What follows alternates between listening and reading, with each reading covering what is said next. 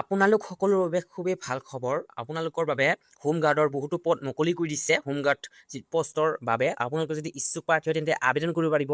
এই ভিডিঅ'টিত মই আপোনালোকক education qualification age limit home guard পষ্টত কোনসকলে আবেদন কৰিব পাৰিব আৰু ইয়াৰ চিলেকশ্যন প্ৰচেছ কেনেকুৱা, এক্সাম পেটাৰ্ণ, এক্সাম কেতিয়া অনুষ্ঠিত হ'ব, কেতিয়াৰ পৰা অনলাইন হৈ আহিছে আৰু ইয়াৰ লাষ্ট ডেট কেতিয়া, আৰু আপোনালোকৰ মান্থলি চেলেৰিটো কিমান পাব, সম্পূৰ্ণ ইনফৰমেশ্যন আপোনালোকে এই ভিডিঅ'টিৰ পৰা জানিবলৈ পাৰিব। এই ভিডিঅ'টি আপোনালোকে শেষলৈ চাই থাকিলে আপোনালোকে টোটেল গোটেইখিনি যিমান ইনফৰমেশ্যন লিখা আছে এই নটিফিকেশ্যনটোত আপোনালোকে গোটেইখিনি বুজি পাব।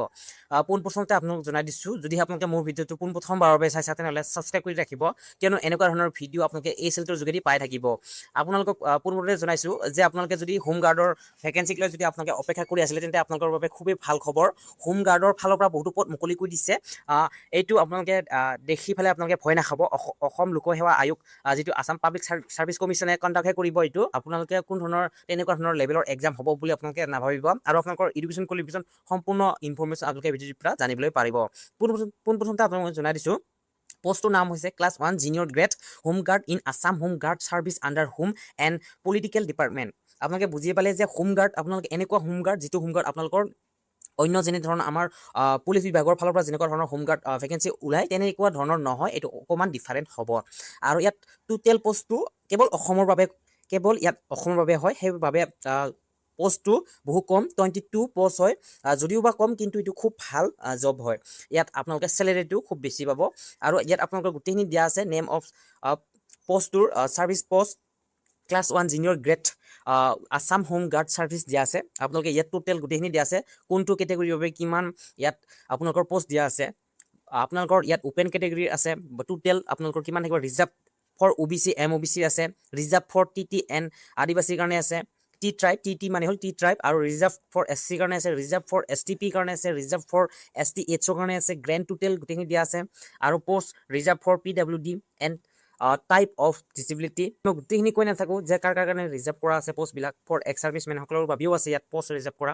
ইয়াত পোনপ্ৰথমতে আপোনালোক মই জনাই দিছোঁ যে ৰিজাৰ্ভ মানে আপোনালোকৰ যিটো নেকি এটা পোনপ্ৰথম এটা আনৰিজাৰ্ভ থাকিব। আনৰিজাৰ্ভটো সেইসকল কেণ্ডিডেট পৰিব যিসকল জেনেৰেল হয় আৰু যিসকল অন্য কাষ্টৰো হয়, কিন্তু তেওঁলোকে যদি নাম্বাৰটো তেওঁলোকৰ কাষ্টৰ তুলনাতকৈ বেছি পায় তেন্তে তেওঁলোকে সেই কাষ্টলৈ যাব, অৰ্থাৎ UR কাষ্টলৈ তেওঁলোকে যাব। ঠিক আছে, সেইবাবে ইয়াত আপোনালোকক দিয়া আছে, গোটেইখিনি আপোনালোকে চাই ল'ব পাৰে। টোটেল 22টা হয়। ঠিক আছে, টোটেল 22টা পষ্ট আছে।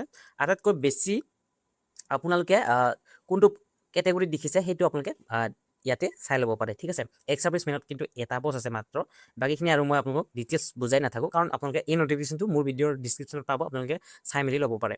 আৰু ইয়াত পোনপ্ৰথমতে ইয়াত আপোনালোকক দেখুৱাই দিছোঁ যে আপোনালোকৰ চেলেৰিটো, ঠিক আছে, খুব এটা গুৰুত্বপূৰ্ণ ৰুল হয় এইটো। চেলেৰিটো আপোনালোকৰ pay scale plus grade pay আদাৰ এলাউঞ্চেছ যিমানখিনি আছে আপোনালোকৰ এলাউঞ্চেছ সেইবিলাক মিলাই পেলাই আপোনালোকে খুব এটা ভাল চেলেৰি হ'ব। আপোনালোকৰ পে স্কেলটো 22,000ৰ পৰা 97,000লৈকে আছে, কিন্তু ইয়াত 1.5 লাখলৈকে আপোনালোকে পাব। এইটো খুব ভাল হয়। আপোনালোকে সাধাৰণ হোম গাৰ্ড আপোনালোকে চাকৰি বুলি নাভাবিব। ঠিক আছে, গ্ৰেড পেটো আপোনালোকৰ 11,800 দিয়া আছে। পে বেণ্ড আপোনালোকৰ পে বেণ্ড 3 হয়। ঠিক আছে, ইয়াতে আপোনালোক গোটেইখিনি দিয়া আছে। এলিজিবিলিটি ক্ৰাইটেৰিয়া, এতিয়া মেইন কথা হ'ল কোনসকলে এলিজিবল হ'ব। ইয়াত অসমৰ পাৰ্মানেণ্ট ৰেচিডেণ্টটো লাগিবই, সেইবাবে অসমৰখিনিৰ বাবে বেছি এইটো সুবিধাদায়ক।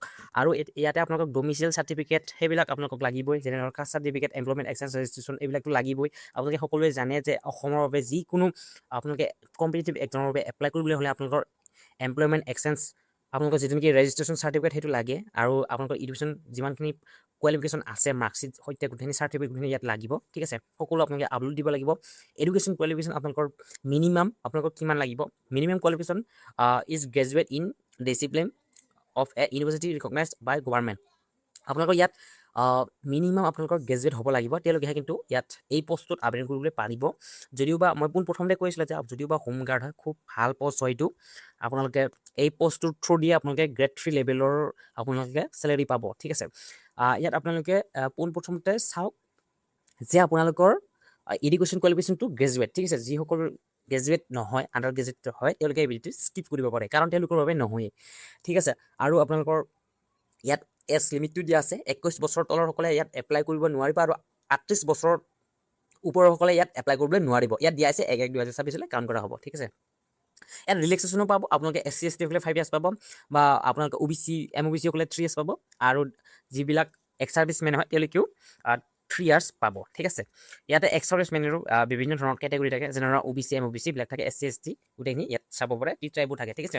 নেক্সট হৈছে আপোনালোকৰ ইয়াত আপোনালোকৰ কি চাৰ্টিফিকেট লাগিব সেইবিলাক আপোনালোকৰ ক্লাছ 10ৰ পৰা গোটেই গ্ৰেজুৱেটলৈকে লাগিব ঠিক আছে। গোটেইখিনি লাগিবই, আপোনালোক প্ৰয়োজন হ'বই। ইয়াত এতিয়া আপোনালোকৰ মেইন কথা হ'ল কেতিয়া এপ্লাই হৈছে আৰু কি লাগিব এপ্লাই কৰিবলৈ হ'লে আৰু ইয়াৰ লাষ্ট ডেট কেতিয়া সেইটো মই জনাই দিম ঠিক আছে। পোনপ্ৰথমতে আপোনালোকক মই ক'লোৱে ৰেজিষ্ট্ৰেশ্যন এমপ্লয়মেণ্ট ৰেজিষ্ট্ৰেশ্যন চাৰ্টিফিকেট অতি প্ৰয়োজন হ'ব। তাৰপিছত আপোনালোকৰ দ্য স্মল ফেমিলি নৰ্মছ আপোনালোকৰ এই যিটো নেকি আপোনালোকৰ চাৰ্টিফিকেট হয় ইয়াতে পাব আপোনালোকে। এই ভিডিঅ' ডিছক্ৰিপশ্যনত দি দিম বাৰু মই, আপোনালোকে লৈ পেলাই ডাউনলোড কৰি লৈ পেলাই আপোনালোকে প্ৰিণ্ট আউট কৰি পেলাই আপোনালোকে নতুনকৈ সেই যিটো নেকি ফৰ্মখন আপোনালোকে ফিল আপ কৰিব লাগিব, তাৰপিছতহে আপলোড কৰিব লাগিব ঠিক আছে। এতিয়া আপোনালোকক মই জনাই দিলোঁ যে আপোনালোকৰ যিটো নেকি অসম লোকসেৱা আয়োগৰ যিকোনো আপোনালোকে কম্পিটিটিভ বা আপোনালোকৰ যিকোনো চাকৰিৰ বাবে যদি ওলায় বা কম্পিটিটিভ এক্সামৰ বাবে যদি আপোনালোকে এপ্লাই কৰিব বিচাৰে, কিন্তু এই চাৰ্টিফিকেটটো অতি প্ৰয়োজনীয় হয় ঠিক আছে। গ্ৰেড 4টো এই চাৰ্টিফিকেটটো প্ৰয়োজন হৈছিলে। ৰিটেন এক্সামিনেশ্যনটো আপোনালোকৰ 200 মাৰ্কছ থাকিব, general ability and intelligence test থাকিব ঠিক আছে। ইয়াত আপোনালোকৰ মাল্টিপুল ইয়াত এনচাৰ থাকিব, অৰ্থাৎ MCQ থাকিব, আপোনালোকে চইচ কৰিব লাগিব ঠিক আছে। ইয়াত আপোনালোকৰ ইয়াত গোটেইখিনি ছাবজেক্ট দিয়া আছে ঠিক আছে, আপোনালোকে চাই মেলি ল'ব পাৰে। যেনেধৰণে মই অকণমান আপোনালোকক জনাই দিছোঁ, জেনেৰেল মেণ্টেল এবিলিটি থাকিব। জেনেৰেল মেণ্টেল এবিলিটি মানে হ'ল আপোনালোকৰ যিটো নেকি ৰিজনিং ঠিক আছে। জেনেৰেল চায়েন্স কাৰেণ্ট ইভেণ্ট মানে হ'ল আপোনালোকৰ কাৰেণ্ট এফেয়াৰ্ছবিলাক, national and international importance, Indian polity and economy, history of India, Indian and world geography এইবিলাক লাগিব। আৰু আপোনালোকৰ পেপাৰ 2 এইটো হৈছে পেপাৰ 1ৰ যিটো নেকি মই 200 মাৰ্ক বুলি কৈছোঁ, এতিয়া পেপাৰ 2ৰো 200 মাৰ্কে থাকিব, কিন্তু ইয়াত ছাবজেক্টবোৰ অকণমান চেঞ্জ হ'ব। ইয়াত চাব আপোনালোকে, ইয়াত দিয়া আছে writing the essay component in English or Assamese but the medium of crisis writing comprehension component. আপোনালোকৰ ইয়াত দিয়া আছে যে আপোনালোকৰ স্কিল হ'ব, স্কিল টেষ্ট কৰিব বা স্কিল টেষ্ট লাগিব, ইংলিছ এছামিছ বহুত হয়, যোনটো আপোনালোকে ইচ্ছা কৰে সেইটো প্ৰিফাৰ কৰিব পাৰে ঠিক আছে।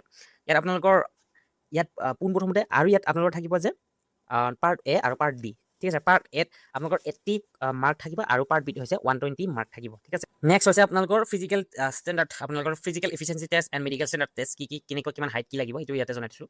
যে আপোনালোকৰ পোনপ্ৰথমতে আপোনালোকৰ PET কাৰণে কৈছোঁ, অৰ্থাৎ ফিজিকেল এফিচিয়েঞ্চি টেষ্টৰ কাৰণে কৈছোঁ। ইয়াত আপোনালোকৰ 100 মিটাৰ ৰেচ হ'ব, আৰু ইয়াত আপোনালোকে মেলৰ কাৰণে আপোনালোকৰ যিটো নেকি 16 ছেকেণ্ড থাকিব ঠিক আছে। 100 মিটাৰ ৰেচ 16 ছেকেণ্ড থাকিব আৰু 18 ছেকেণ্ড ফিমেলৰ কাৰণে ঠিক আছে। 800 মিটাৰ ৰেচ 3 মিনিট মেলৰ কাৰণে আৰু 3 মিনিট 45 ছেকেণ্ড ঠিক আছে। ইয়াত মেক্সিমামৰ কথা আছে, আৰু 4 মিনিট 45 ছেকেণ্ড ফিমেলৰ কাৰণে। আৰু ইয়াত লং জাম্প আপোনালোকৰ লংগেষ্ট জাম্প চেল বি ইয়াত কাউণ্ট কৰা হ'ব যে 3.5 মিটাৰ মিনিমাম আপোনালোকে 3.5 মিটাৰ লং জাম্প মাৰিব লাগিব, আৰু ফিমেলৰ কাৰণে 3.0 অৰ্থাৎ 3 আপোনালোকৰ 3 মিটাৰে আপোনালোকে লাগিব ফিমেলৰ কাৰণে ঠিক আছে। এইখিনি আপোনালোকৰ, আৰু ইয়াত আপোনালোকৰ ইয়াতে ইণ্টাৰভিউ হ'ব ঠিক আছে। ইণ্টাৰভিউ পিছত আপোনালোকৰ ফাইনেল চিলেকশ্যন বা মেৰিট লিষ্ট ওলাব ঠিক আছে। জেনেৰেল OBC বা আপোনালোকৰ হাইটৰ কথা কৈছোঁ, কেটেগৰী জেনেৰেল OBC বা SC কাৰণে আপোনালোকৰ মেলৰ কাৰণে 5 ফুট 4 ইঞ্চি লাগিব, অৰ্থাৎ 165 চেণ্টিমিটাৰ লাগিব। ফিমেলৰ কাৰণে 5 ফুট 1 ইঞ্চি অৰ্থাৎ 157 চেণ্টিমিটাৰ লাগিব। STP আৰু STHৰ কাৰণে 5 ফুট 3 ইঞ্চি 162 চেণ্টিমিটাৰ লাগিব মেলৰ কাৰণে, আৰু ফিমেলৰ কাৰণে 152.40 চেণ্টিমিটাৰ হ'লে হ'ব ঠিক আছে। চেষ্টটো লাগিব আপোনালোকৰ, চেষ্টটো জেনেৰেল OBC বা SSTP গোটেইখিনিৰ কাৰণে P2 হয়, কিন্তু হিলছৰ বাবে এক্সট্ৰাকৈ দিয়া আছে। নৰ্মেল 80 চেণ্টিমিটাৰ লাগিব, আৰু এক্সপেনশ্যন দিয়া হ'ব 85 চেণ্টিমিটাৰ। STHৰ কাৰণে 78 চেণ্টিমিটাৰ আৰু এক্সপেনশ্যন দিয়া হ'ব 83 চেণ্টিমিটাৰ। আপোনালোকৰ ৱেইটটো মেইনটেইন কৰিব ঠিক আছে, আৰু আপোনালোকৰ গোটেইখিনি ষ্টেণ্ডাৰ্ডবিলাক 6/6 বা 6/9 হ'ব লাগিব ঠিক আছে। ইয়াতে এইবিলাক দিয়া আছে, আপোনালোকে এই যিটো নেকি আপোনালোকৰ PDFটো এইটো মোৰ ভিডিঅ' ডিছক্ৰিপশ্যনত দিয়া আছে, আপোনালোকে চাই ল'ব পাৰে, নহ'লে ভিডিঅ'টো বহুত দীঘলীয়া হ'ব। আৰু আপোনালোকৰ এপ্লিকেশ্যন ফিজটো আছে, আপোনালোকৰ এপ্লিকেশ্যন ফিজ জেনেৰেল আপোনালোকৰ জেনেৰেল কাষ্টৰ বাবে 297 ৰুপিজ দিব লাগিব, আৰু OBC হ'লে 197 দিব লাগিব, আৰু SC ST বা আপোনালোকৰ STP STS যিটো আছে BPL PWD সকলে 47 ৰুপিজ দিব লাগিব ঠিক আছে। এইটোৱে আছিল, আৰু আপোনালোকৰ এপ্লাই ইতিমধ্যে হৈছে, আপোনালোকে 5 তাৰিখৰ পৰা আৰম্ভ হৈছে এপ্লাইটো, আপোনালোকে এপ্লাই কৰি ল'ব পাৰে। যদি আপোনালোকে ভিডিঅ'টো ভাল পাইছে তেনেহ'লে লাইক কমেণ্ট চাবলে একেবাৰে নাপাহৰিব। এই ভিডিঅ'ৰ ডিছক্ৰিপশ্যনত ইয়াৰ যিটো নেকি আপোনালোকৰ লিংকটো পাব এই ডিছক্ৰিপশ্যনত ঠিক আছে। এপ্লাই কৰি ল'ব পাৰে, আৰু আপোনালোকৰ ইয়াত চাই ল'ব পাৰে কোনখন ডিষ্ট্ৰিক্টত আপোনালোকে এক্সাম চিলেকশ্যন কৰিব পাৰে চেণ্টাৰটো ঠিক আছে। ধন্যবাদ।